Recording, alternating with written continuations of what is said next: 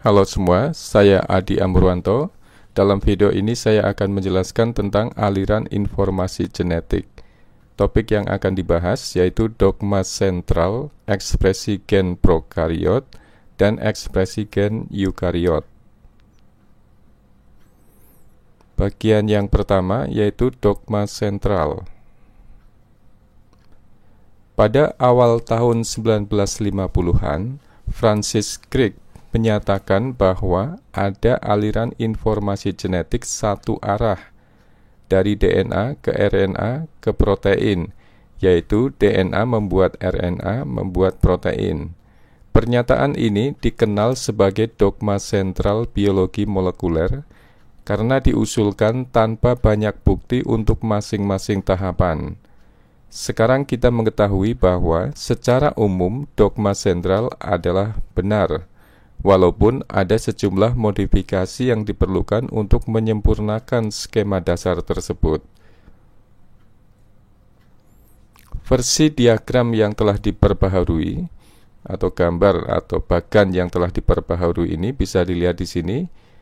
Jalur utama tetap dari DNA ke RNA ke protein. Pada sel-sel prokariot dan sel-sel eukariot, DNA ditranskrip ke molekul RNA atau messenger RNA, mRNA atau RNA duta yang mengandung informasi yang sama kecuali U menggantikan T. Kemudian pesan itu diterjemahkan ke sekuen protein sesuai dengan kode genetik. Replikasi DNA juga bisa dimasukkan dalam diagram di mana dua molekul DNA anakan dibentuk dengan duplikasi informasi dalam molekul DNA.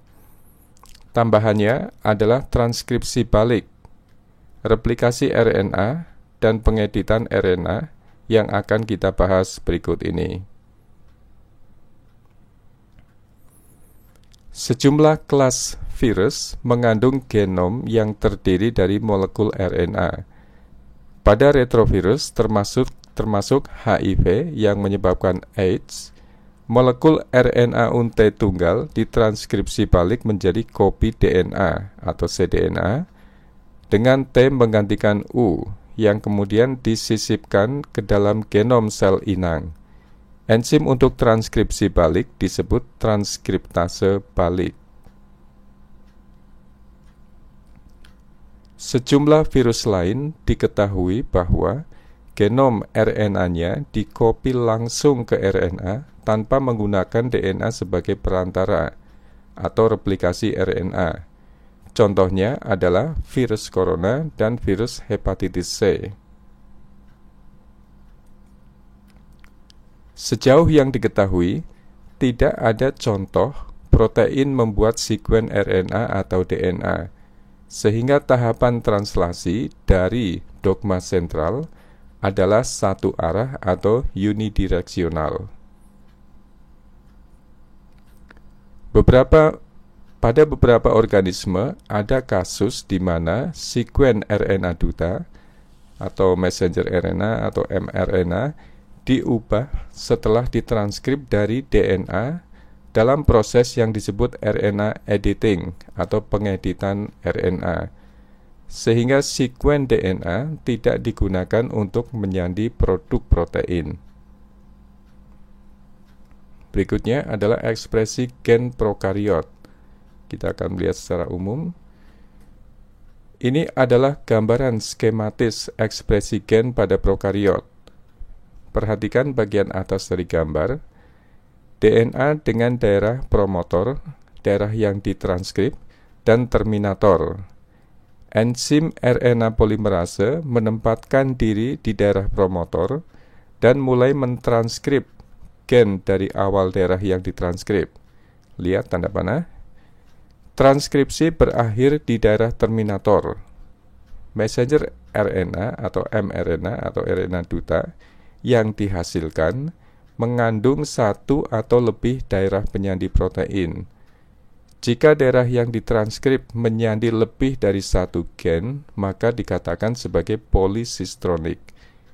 Dan daerah yang menyandi disebut sebagai bagian dari operon.